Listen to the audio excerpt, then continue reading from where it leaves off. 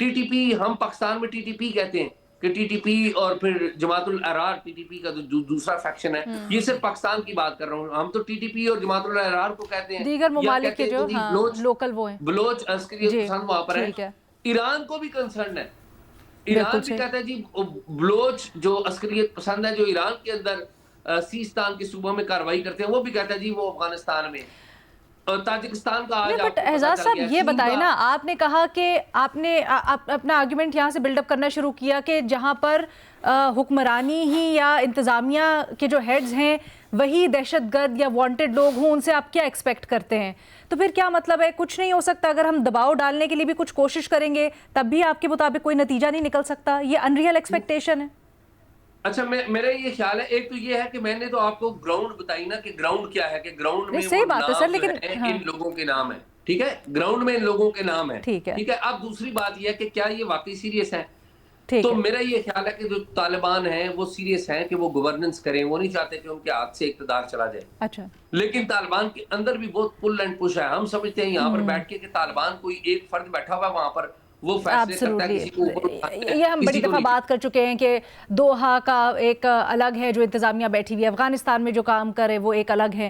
But sir مجھے کنسائسلی پھر بتا دیں کہ آپ کیا سمجھتے ہیں, کوئی دباؤ بڑھایا جا سکتا ہے اور وہ کام کرے گا یا نہیں, ہاں یا نہ؟ بالکل دباؤ بڑھایا جا سکتا ہے. اس دباؤ بڑھانے کا ٹھیک ہے, ایک واحد طریقہ ہے جو وہ طریقہ پاکستان نے اپنایا ہے, باقی ملکوں کو بھی اپنانا ہوگا. وہ اوکے. ہے تجارت کے اوپر جو پابندی ہے, اور یہ وہ لیوریج ہے جس کے اوپر کھیل کے طالبان اگر کوئی چیز بات نہیں بھی مانتے تو ان کو منوایا جا سکتا ہے. ہے. اوکے, محمد علی صاحب آپ کی اس کے اوپر کیا رائے ہے؟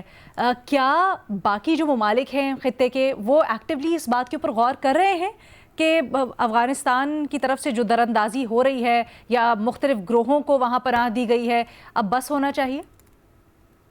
علینا دیکھیں، میں سمجھتا ہوں کہ یہ جو تاجکستان کے اندر چینی کارکنوں پہ حملہ ہوا ہے, اس سے ایک چیز بالکل واضح ہو جاتی ہے, اور وہ یہ ہے کہ اب افغانستان کی سرزمین سے جو دہشت گردی ہو رہی ہے اس کے خطرات صرف جنوبی ایشیا یا پاکستان تک محدود نہیں ہیں.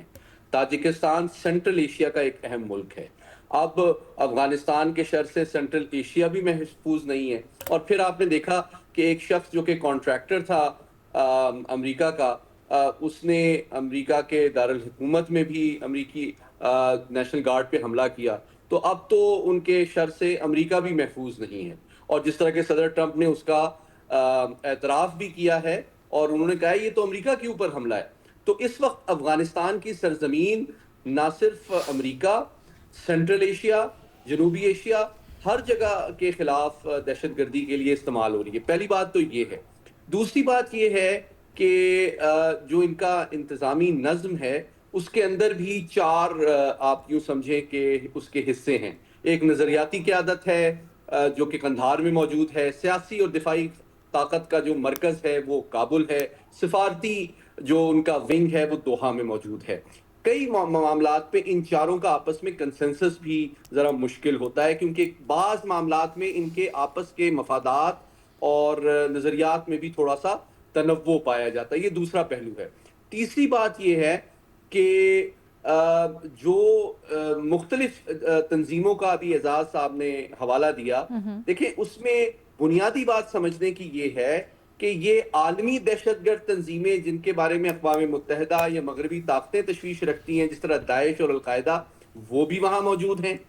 علاقائی ممالک کے خلاف جو دہشت گرد تنظیمیں کار فرما ہیں, جس طرح سینٹرل ایشیا کے خلاف IMU, چین کے خلاف ETIM, اور ایران کے خلاف انصار اللہ, اور پاکستان کے خلاف BLA TTP. تو بنیادی طور پہ پوری دنیا کی دہشت گرد تنظیمیں جو ہیں وہ اس وقت افغانستان میں موجود ہیں.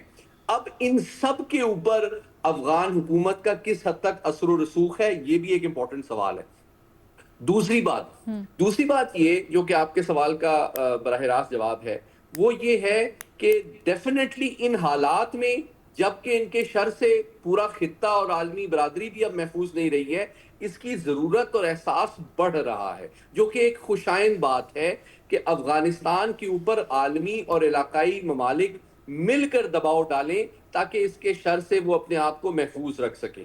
تو میں سمجھتا ہوں کہ پاکستان تو ضرور ہمیشہ سے اس بارے میں دنیا کو اعتماد میں لیتا رہا ہے، لیکن جو اس کے باقی ہمسایہ ممالک ہیں، میں یہ اپرچونٹی دیکھتا ہوں اس حملے کے بعد تاجکستان میں جو ہوا ہے کہ چین، اور ہوا بھی چینی اہلکاروں کے اوپر ہے، تو ڈیفینیٹلی چین، سینٹرل ایشیا، ایران، ابھی ایران کے بھی بڑے اہم عہدیدار پاکستان آئے ہوئے تھے، اور پاکستان، انہیں مل کر یہ کوشش کرنی چاہیے، چاہے اس کو آپ ماسکو فارمیٹ کہیں یا ایک ریجنل انیشیٹو آپ ڈیولپ کریں، کہ مل کر افغانستان کو قائل کریں، اور اس کے امکانات یک طرفہ یا دو طرفہ سطح پر دباؤ ڈالنے سے زیادہ کارآمد ثابت ہونے کے امکانات زیادہ اس لیے ہیں کیونکہ افغان حکومت کی یہ غلط فہمی دور ہو جائے کہ جناب پاکستان ناراض ہے تو کیا ہو گیا، میں چابہار سے تجارت کر لوں گا، اچھا یہاں کی مارکیٹ نہیں ملتی، میں چین اور سینٹرل ایشیا کو بھیج دوں گا۔ لیکن جب یہ سارے ملک مل کر افغانستان پر دباؤ ڈالیں کہ جناب آپ ایک ذمہ دار